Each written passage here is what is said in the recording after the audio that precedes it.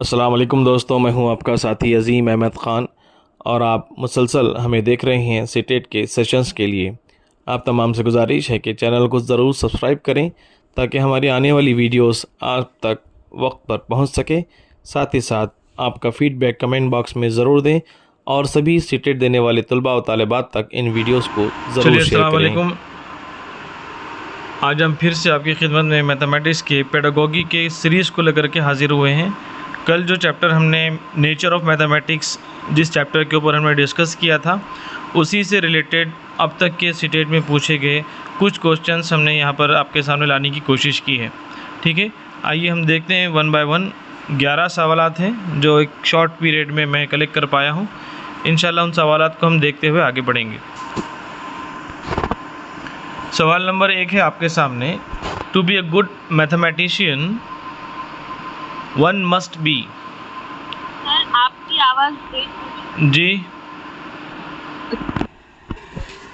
Question number 1 है आपके सामने, to be a good mathematician one must be. एक रियाजी के मौलिम को बेहतर रियाजी के मौलिम बनने के लिए वो किस तरह का होना चाहिए। ठीक है, ऑप्शन ए है आपके सामने कि understand, apply and make connection across the concept. Option B है mastering the technique of answering questions. Option C है memorise most of the formulae. Option D है solve the problem in no time.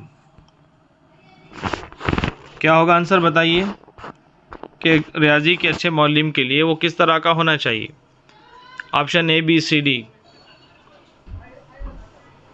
आप बताइए, उसके बाद हम answer explain भी करेंगे, आंसर भी बताएंगे।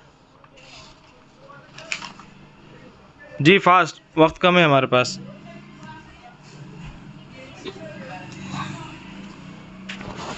आवाज़ आ रही है सभी को? फास्ट बोलिए। सर आपकी आवाज़ क्लियर नहीं आ रही।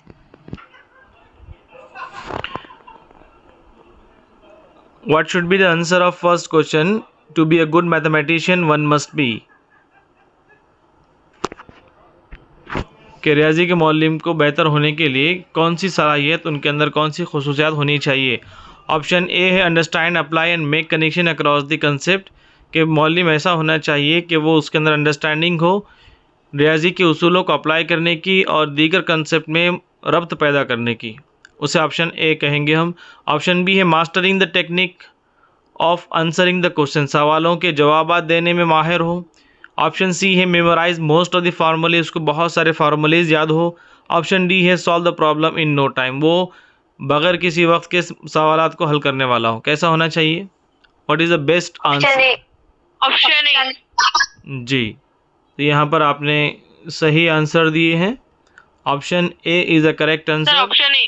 Yes, option A is the correct answer. Understand, apply and make connection across the concept. It is a good mathematics teacher की एबिलिटी है, ख़ास बात है। नेक्स्ट क्वेश्चन आपके सामने है, computational skills in mathematics can be enhanced by. मुसाबिकती महारत रियाजी के अंदर किस चीज़ के ज़रिए हम इन्हांस कर सकते, बढ़ा सकते हैं। ये CTT 2012 में पूछा हुआ सवाल है। ऑप्शन ए है describing the algorithm only. B है conducting hands on activities. C है clarifying concept and procedures followed by lots of practice. D है गिविंग कंसेप्चुअल नॉलेज। आवाज़ ब्रेक हो रही है आपकी। What should be the answer of this question?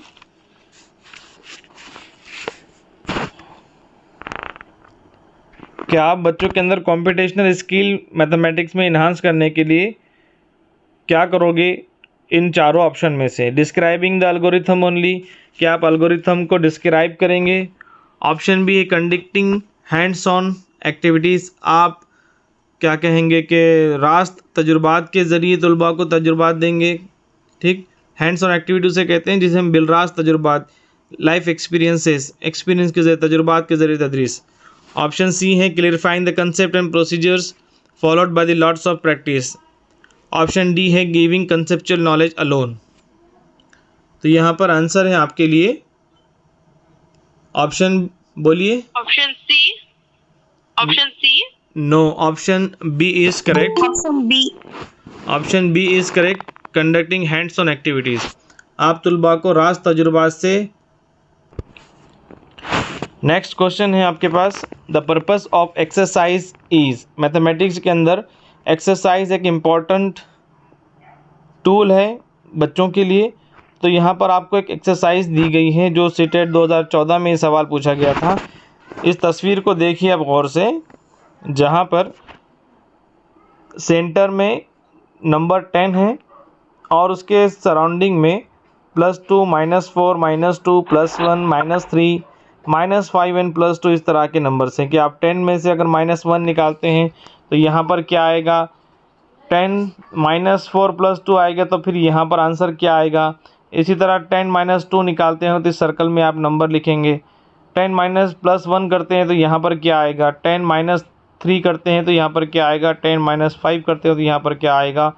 10 +2 करते हैं तो यहाँ पर क्या आएगा। इस तरह की एक्टिविटी आप स्कूल के अंदर, क्लासरूम के अंदर मैथमेटिक्स के पीरियड में ले रहे हैं।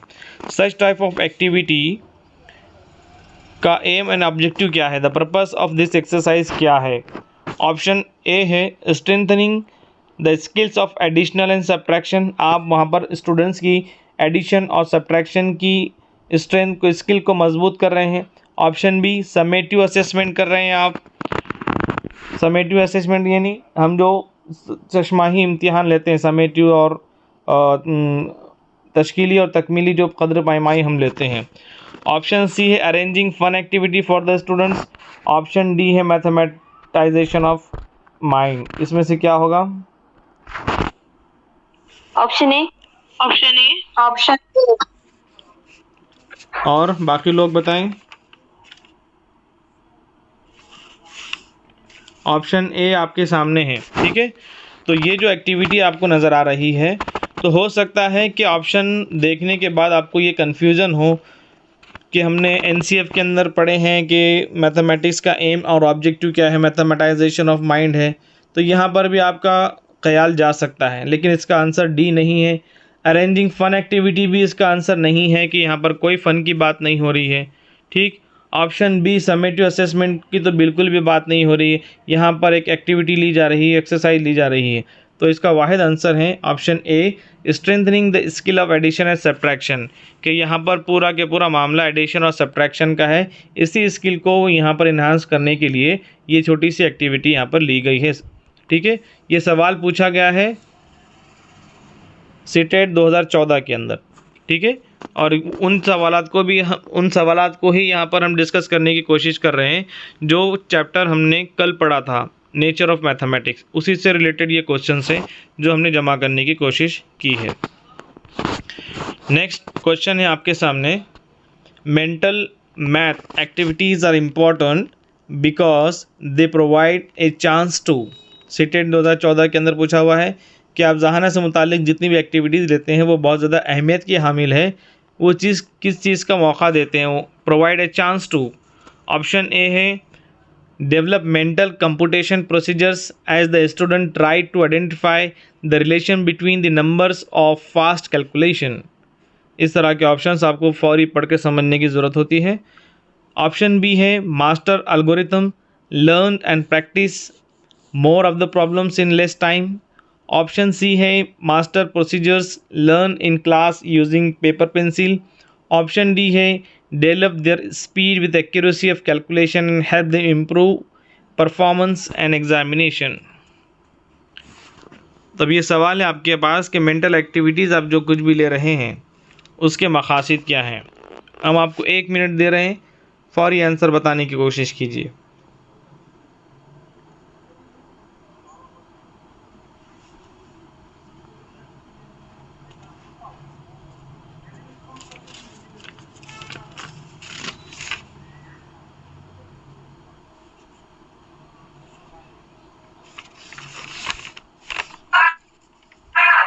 Sir D. अगर आप डी कहते हैं कि स्पीड और एक्यूरेसी उनकी बढ़ानी है मेंटल एक्टिविटी के ज़रिए, ठीक है, कैलकुलेशंस आप बढ़ाना चाह रहे हैं। ऑप्शन सी में कहा जा रहा है कि मास्टर प्रोसीजर लर्न इन, जो क्लासरूम में पेपर पेंसिल के ज़रिए सीखा है आप उसकी वहाँ पर यूटिलाइजेशन कर रहे हैं, ठीक है। ऑप्शन बी में है कि मास्टर एल्गोरिथम, आप जो कुछ भी आदत और शुमार बच्चे ने सीखा है उसकी प्रैक्टिस करा रहे हैं। ठीक है, more number of problems in less time करा रहे हैं।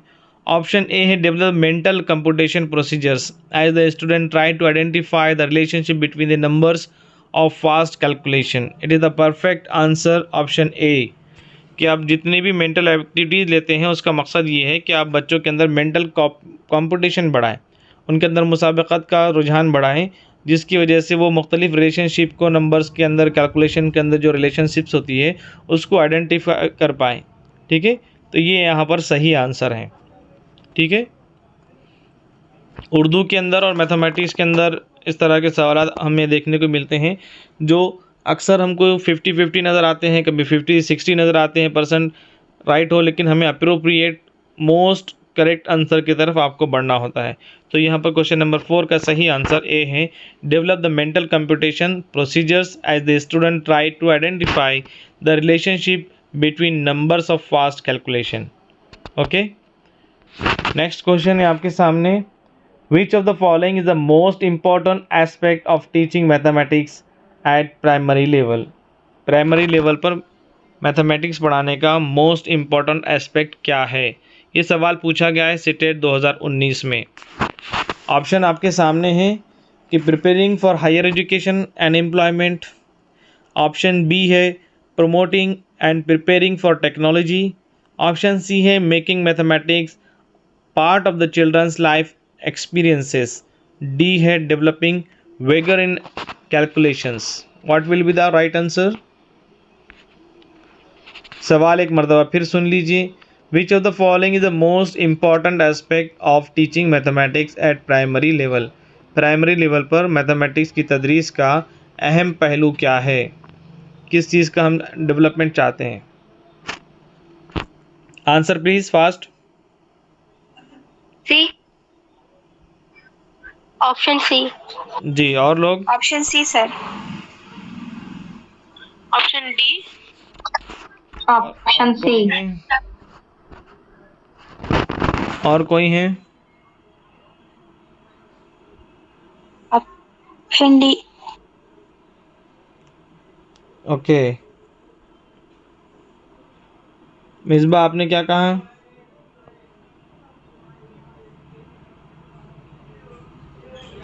बोलिए फास्ट, सभी अपनी हुज्जत तमाम कर लीजिए, जिसका जो भी आंसर आपको नज़र आए वो बता दीजिए। Option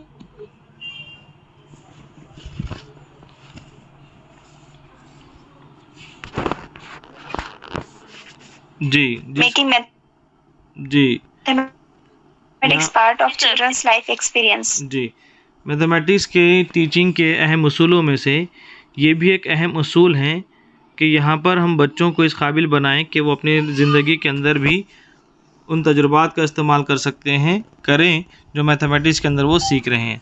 so the right answer is C. Okay, next question number 6 आपके सामने है, the purpose of diagnostic test in mathematics.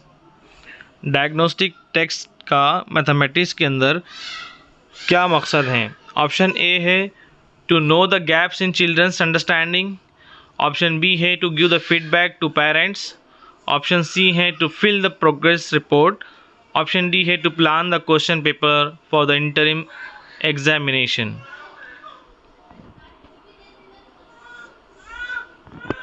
बताइए, डायग्नोस्टिक टेस्ट किसे कहते हैं? तशखीसी जांच उर्दू में जिसे हम कहते हैं कि हम बच्चों की तशखीसी जांच लेते हैं, डायग्नोस्टिक टेस्ट लेते हैं मैथमेटिक्स के अंदर, तो उसका मकसद क्या है, पर्पस क्या है? आवाज़ जी, option A.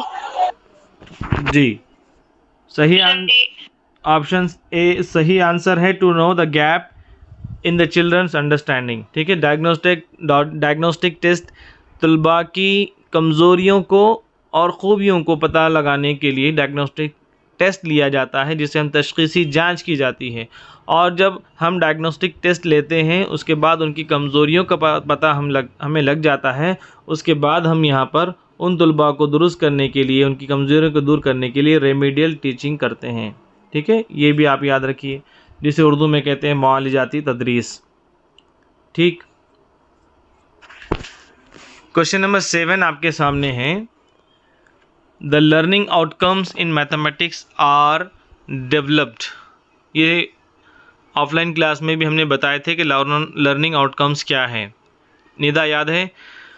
The learning outcomes in mathematics are developed. 2018 के सीटेट में ये सवाल पूछा गया है कि लर्निंग आउटकम्स इन मैथमेटिक्स किस चीज़ की डेवलप करते हैं।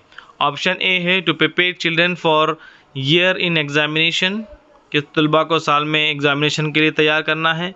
ऑप्शन बी है सच दैट चिल्ड्रंस में be told small steps of calculation, के तलबा कम से कम छोटे मोटे कैलकुलेशन को कर सकें। ऑप्शन सी है to increase the achievement of childrens in various educational surveys, बहुत सारे सर्वेज होते हैं तालीमी, उसके अंदर बच्चों का अचीवमेंट बढ़ाने के लिए। ऑप्शन डी है to define the class wise competencies and skills to be achieved by children. Okay option D. Okay sir option D. जी, लर्निंग आउटकम्स ये आज की दर्स व तदरीस में बहुत ज़्यादा अहमियत के हामिल हैं, जिन्हें हमें आमोज़िशी माहसल उर्दू में कहते हैं। ठीक है, ये उर्दू के पेपर में भी आपको इस तरह का लफ्ज़ नज़र आएगा जिसे हम आमोज़िशी माहसल कहते हैं। आमोज़िशी माहसल क्या है, लर्निंग आउटकम्स क्या है, कि आज के हमें जो रहनुमा उसूल मिलते हैं दर्स व तदरीस के अंदर, किताबों के अंदर, जो टीचर्स के लिए हैं, वो हर चैप्टर को पढ़ाने से पहले ही तलबा के लिए टीचर्स को लर्निंग आउटकम्स मेंशन कर दिए जाते हैं कि इस सबक के अंदर, इस सबक की तदरीस के बाद तलबा में ये महारतें मुतवक्का हैं। या रियाजी के अंदर अव्वल जमात के अंदर इतने तदरीसी महासल हैं, इतने लर्निंग आउटकम्स है, जो पहली जमात के मुकम्मल होने तक तलबा को ये महारतें आ जानी चाहिए, ये सलाहियतें आ जानी चाहिए, उसे हम कहते हैं लर्निंग आउटकम्स इन मैथमेटिक्स। ठीक है, तो यहाँ पर डी आंसर उसका सही है, to define the class wise competencies. Mathematics के सिलेबस में, दरसियात में पूरे के पूरे कॉम्पिटेंसीज दी गए हैं। आप डाइट से इसकी रहनुमाई हासिल कर सकते हैं कि हर ज़िले के अंदर जो हमारे पास शिक्षण परिषद हुआ करते थे गुज़िश्ता साल, उसके अंदर भी इसके ऊपर बहुत काम किया गया कि हर क्लास वाइज टीचर्स को अपनी ट्रेनिंग के दौरान लर्निंग आउटकम्स दिए गए सब्जेक्ट वाइज। तो यहाँ पर डी आंसर सही है।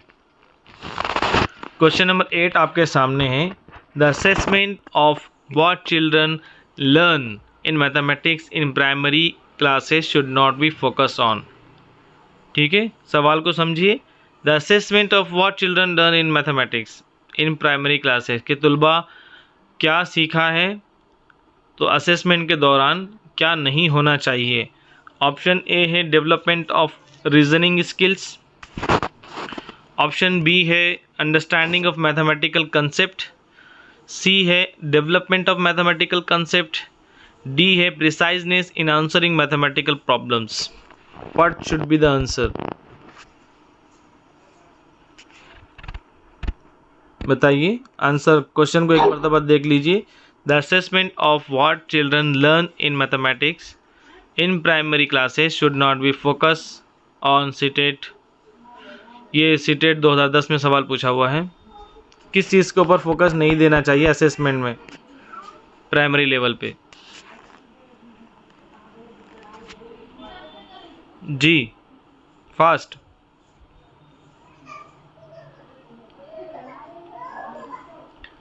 सही हो या गलत, आप आंसर बताइए। Option D.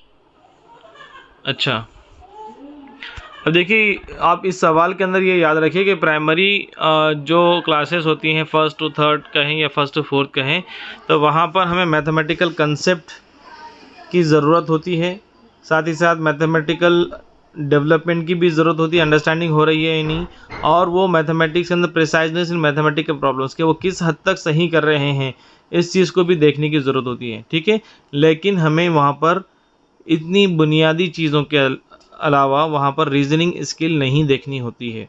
ठीक है, तो यहाँ पर असेसमेंट के दौरान डेवलपमेंट ऑफ रीजनिंग स्किल यहाँ पर नहीं देखी जाती। समझ में आया? तो राइट आंसर आपका डेवलपमेंट इन रीजनिंग स्किल है। क्वेश्चन नंबर 9 है, विच of the following is true about teaching and learning of mathematics in first and second class? कि ज़ैल में से कौन सा जुमला सही है फर्स्ट और सेकंड क्लास की तदरीस के लिए मैथमेटिक्स में? ऑप्शन ए है lots of opportunities for practice should be provided, B है only oral mathematics problem should be done in first and second class, C है mathematics should be integrated with other subjects like language, art, etc. Option D है mathematics should not be taught in first and second class. बताइए.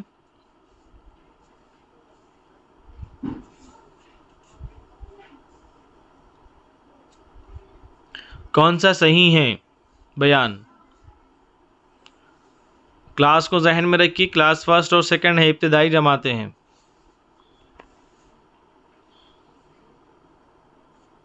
Fast please, इतना time नहीं होता आपके पास. एक में with in 1 minute.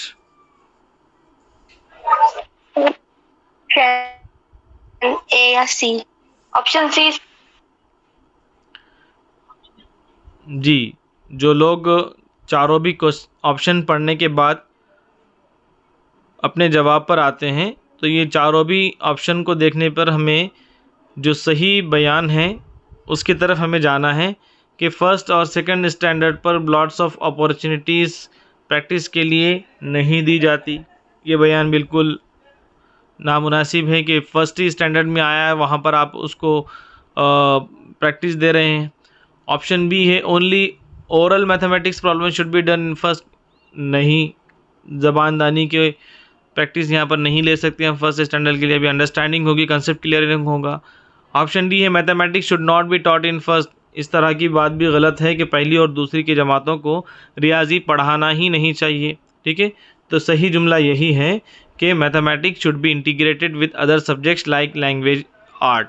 और हकीकत भी यही है कि जमात अव्वल और जमात दुव्वम के लिए रियाजी को लिए अलग किताब नहीं है. ठीक है, तो फिर रियाजी को कैसे पढ़ाया जाता है? तो रियाजी को ज़बानदानी के यानी ज़बान के सब्जेक्ट के साथ जोड़ा जाता है. ठीक है, पहली जमात के अंदर भी आप देख लीजिए, आप पूरी इंटीग्रेटेड क्लास, इंटीग्रेटेड बुक बन रही है गुज़िश्ता साल से. उसके अंदर ये तमाम चीज़ें एक ही बुक के अंदर, लैंग्वेज के अंदर ही मैथमेटिक्स को शामिल किया गया है.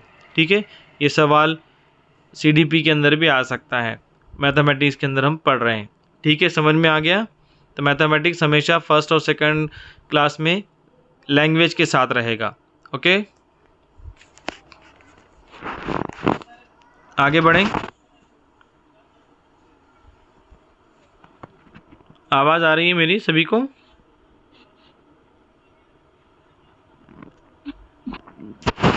नेक्स्ट क्वेश्चन है आपके सामने, question number 10. Mathematics puzzle eight primary level helps in. Mathematics के जो पजल्स होते हैं वो प्राइमरी लेवल पर किस चीज़ में मददगार साबित होते हैं? ऑप्शन ए है identifying brilliant student of the class. Option B है providing fun to the students. Option C है testing problem solving skills. Option D है प्रोमोटिंग प्रॉब्लम सॉल्विंग स्किल्स. तो पजल की वजह से किस चीज़ में मदद होती है? Option D.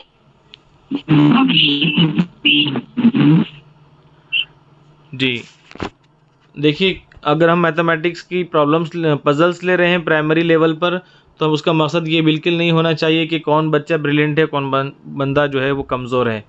ऑप्शन बी है providing fun to the students. Puzzle fun नहीं होता.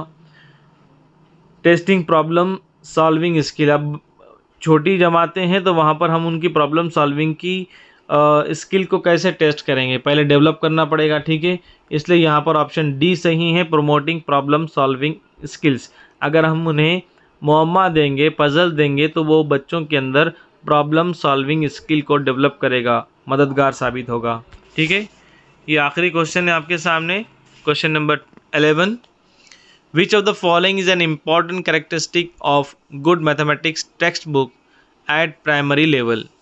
के बेहतरीन दर्सी किताब की रियाजी के कौन सी अहम खुसूसियात आपकी नज़र में हैं? ये सीटेट 2015 के अंदर सवाल पूछा गया था. अब तक इतने भी सवालात हमने आपके सामने रखे हैं वो सब के सब प्रीवियस सीटेट एग्ज़ाम में पूछे गए हैं. और इसी चैप्टर से हैं। चैप्टर वाइज हम आपको कलेक्ट करने की इंशाल्लाह कोशिश करेंगे इसके आगे भी। तो यहाँ पर सवाल है आपके सामने कि बेहतरीन कैरेक्टरिस्टिक एक मिसाली किताब की कौन सी है। ऑप्शन ए है concept should be introduce through contest. Option B है, याद रखें कि प्राइमरी लेवल की बात हो रही है। ऑप्शन बी है it should only contain numerous exercise to the practice. Option C है it should be attractive and colourful. Option D है it must be thick and large.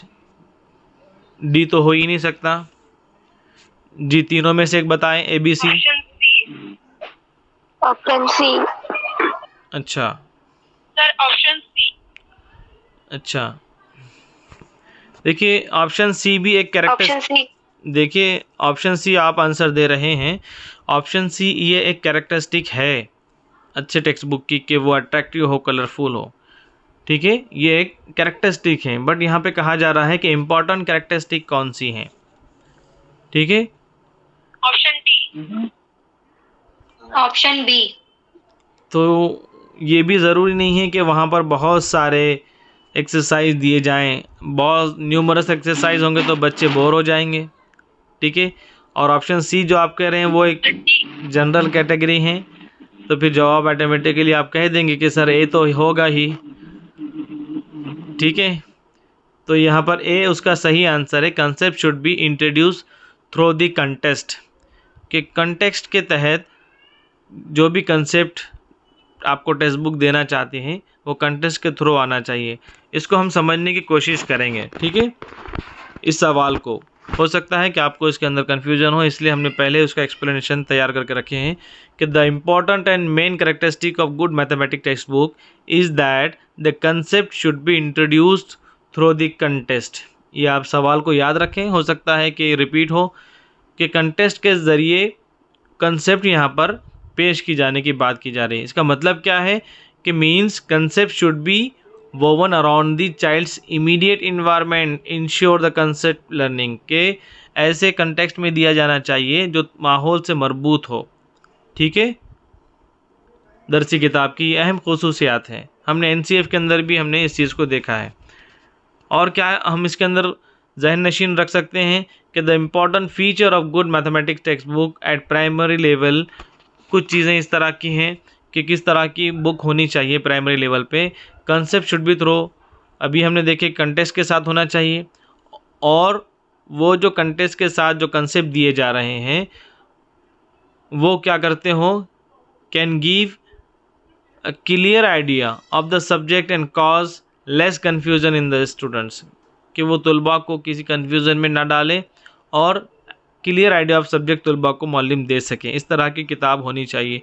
It should not B dense and large, ये बहुत ज़्यादा ज़कीम और मोटी नहीं होना चाहिए, बड़ी नहीं होना चाहिए। प्राइमरी लेवल की बात हो रही है। साथ ही साथ अगर हम गुड टेक्स्ट बुक की बात करते हैं कि तो उसमें और भी कैरेक्टरिस्टिक शामिल है। This should be include practising शामिल है, ज्योमेट्रिक शेप्स उसके अंदर होने चाहिए, ड्राइंग्स होने चाहिए। ठीक है, अलॉन्ग विथ सॉल्व प्रॉब्लम, हलशुदा मिसालें भी उसके अंदर होनी चाहिए। ठीक है, और भी कुछ कैरेक्टरिस्टिक्स हैं उसको आप याद रखिए। कॉम्प्रिहेंसिबल इनपुट्स हैं, एडिक्वेट सब्जेक्ट मैटर होना चाहिए, इंटरेस्टिंग एंड अट्रैक्टिव कंटेंट होना चाहिए, एज अप्रोप्रिएट मटेरियल होना चाहिए तलबा की जहानत के लिहाज से, तलबा की उम्र के लिहाज से, यूज़ ऑफ अप्रोप्रिएट वोकेबलरी, अगर कोई नया टर्म बुक के अंदर इंट्रोड्यूस हुआ है या चैप्टर के अंदर इस्तेमाल हुआ है तो उसके अंदर उसकी वोकेबलरी भी होनी चाहिए। Inclusion of hands on experiences, hands on experiences में हमने अभी इसी सेट के अंदर एक सवाल भी देखा है। ठीक है, कि तलबा को inclusion of hands on experiences के राज तजुर्बात पर मबनी यहाँ पर कंटेंट होना चाहिए। ओके, तो ये 11 सवालात हमने गुज़िश्ता दिन पिछले कल जो हमने नेचर ऑफ मैथमेटिक्स जो चैप्टर लिए थे उसी से रिलेटेड पेडागोगी पर मबनी ये चंद सवालात थे। और भी सवालात बहुत सारे हैं जो आप गुज़िश्ता पेपर से हासिल कर सकते हैं। तो हमने ये चैप्टर वाइज जमा करने की कोशिश की थी। उम्मीद करते हैं कि आप लोगों को ये सवाल पसंद आए होंगे, कि अंदाज़ा आपको हुआ होगा कि किस तरह के सवालात मैथमेटिक्स के अंदर पूछे जाते हैं। तो ये सवालात आप अगर प्रैक्टिस करें तो इंशाल्लाह आपकी कॉम्प्रहेंशन बढ़ेगी, टाइम मैनेजमेंट भी होगा, रफ्तार भी बढ़ेगी। ठीक है, तो यहाँ पर 15 मार्क की ये पेडागोगी क्वेश्चंस आते हैं। हम बार बार कहते हैं कि रियाजी के अंदर, मैथमेटिक्स के पेपर के अंदर, चाहे वो पेपर 1 हो या पेपर 2 हो, जो प्रॉब्लम्स करने के हैं, सॉल्व करने के हैं, तो it should be with in 1 minute, 1 minute के अंदर हो जाने चाहिए। अगर 1-2 मिनट अगर लग रहे हैं तो वो फिर आपके दीगर सब्जेक्ट के जो मार्क्स हैं, जो आपके हासिल होने वाले श्योर मार्क्स हैं, उन सवालात के वो टाइम खा जाएगा। इसलिए मैथमेटिक्स के अंदर पेडागोगी बहुत आसान है। आपने मैथ्स की पेडागोगी को पूरा एक्सरसाइज करके जाना है। अगर आपके पास टेक्स्ट बुक है तो टेक्स्ट बुक के अंदर पूरे क्वेश्चंस आप पढ़ के जाइए, चैप्टर वाइज करके जाइए। हमने यहाँ पर चैप्टर वाइज भी सीरीज़ लेने की कोशिश की है, उसको समझिए। जो ना समझे तो आप व्हाट्सएप पर पूछ सकते हैं। ठीक है, तो ये 15 मार्क की पेडागोगी है, तो आपने कम से कम 12 से 13 मार्क एनी हाउ लेना ही चाहिए पेडागोगी के अंदर। अगर 12 से 13 मार्क लेते हैं तो उधर प्रॉब्लम्स में आप 15 में से और 11-10 मार्क भी लेते हैं तो आराम से आप मोर देन 20 आराम से स्कोर कर सकते हैं। ठीक है, तो मैथमेटिक्स बहुत ज़्यादा हार्ड नहीं है। सीटेट के अंदर पेडागोगी कीजिए, आप 15 मार्क्स के ऊपर ही रहेंगे। और अगर छोटे मोटे जो श्योर्ड मार्क्स आते हैं प्रॉब्लम के अंदर भी, वो भी आपने प्रॉब्लम कर लिए, परफेक्शन उसके अंदर हासिल कर दिया, तो आप मोर देन 100% मार्क्स सीटेट के अंदर मैथ्स के अंदर ले सकते हैं। ठीक है, समझ में आ रहा है? Yes sir. जी सर। चलिए, तो आप तमाम से रिक्वेस्ट है कि जो लोग आपके फ्रेंड्स हैं उन तक ज़रूर इस वीडियो को शेयर करें। जज़ाकल्लाह खैर, शुक्रिया, अस्सलाम वालेकुम। Subscribe now and press the bell icon. Never miss an update.